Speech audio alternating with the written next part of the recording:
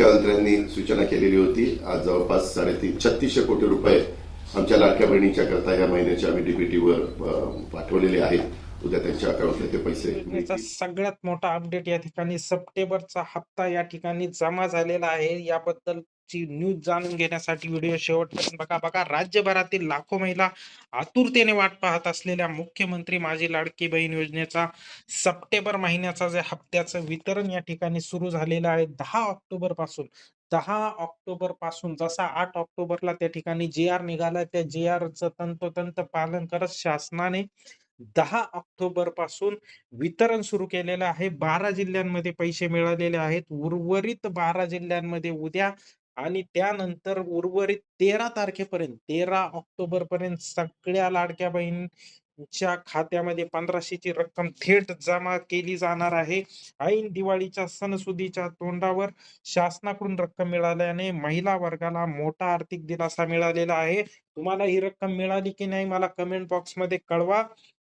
त्या ठिकाणी जर मिळाली नसेल तरी देखील तुमचं नाव त्या ठिकाणी आणि सिटीचं नाव त्या ठिकाणी टाकायला विसरू नका.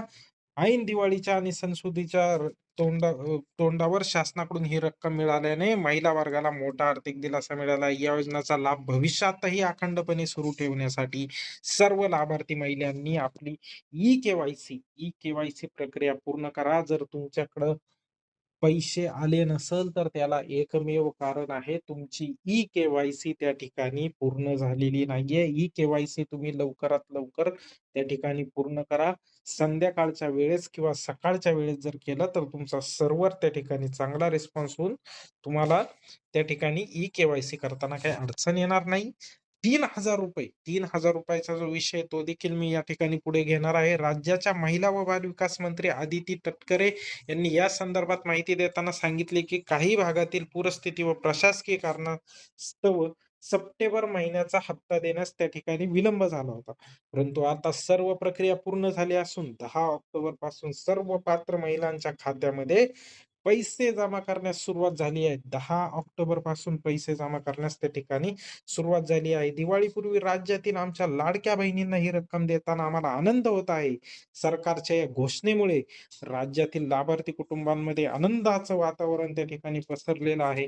तुमची जर ई-केवायसी करणं का आवश्यक आहे, ई-केवायसी करणं का आवश्यक आहे त्या ठिकाणी मी सांगतो. शासनाने या योजनेतील पारदर्शकता वाढवण्यासाठी आणि केवळ पात्र लाभार्थ्यांपर्यंत योजनेचा लाभ पोहोचावा यासाठी ई-केवायसी अनिवार्य केलेली आहे. या प्रक्रियेमुळे दुबार नावे, चुकीची नावे, खाती या ठिकाणी काही त्रुटी असतील तर त्या त्रुटी त्या ठिकाणी ई-केवायसी द्वारे प्रक्रियेद्वारे ते पूर्ण केली जाणार आहे. पुढील महिन्यांपासूनचे हप्ते थांबवले जाण्याची दाट शक्यता आहे.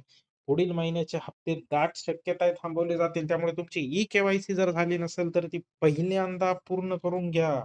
ई-केवायसी ची प्रक्रिया अत्यंत सोपी आहे. तुम्हाला सर्वप्रथम लाडकी बहीण योजनेच्या अधिकृत वेबसाईटला ladki-bahin.maharashtra.gov.in ला भेट द्यायची आहे. तिथे ई-केवायसी साठी असलेल्या पर्यायावर क्लिक करून तुमचा आधार कार्ड क्रमांक, आधार कार्डशी जोडलेला मोबाईल क्रमांक टाकायचा आहे. तो मोबाईल नंबर तुमच्या बँकेशी लिंक असायला हवा, जेणेकरून तुम्हाला हप्ता मिळण्यासाठी कोणतीही अडचण त्या ठिकाणी येणार नाही. त्यानंतर तुमच्या मोबाईल क्रमांकावर एक OTP येईल.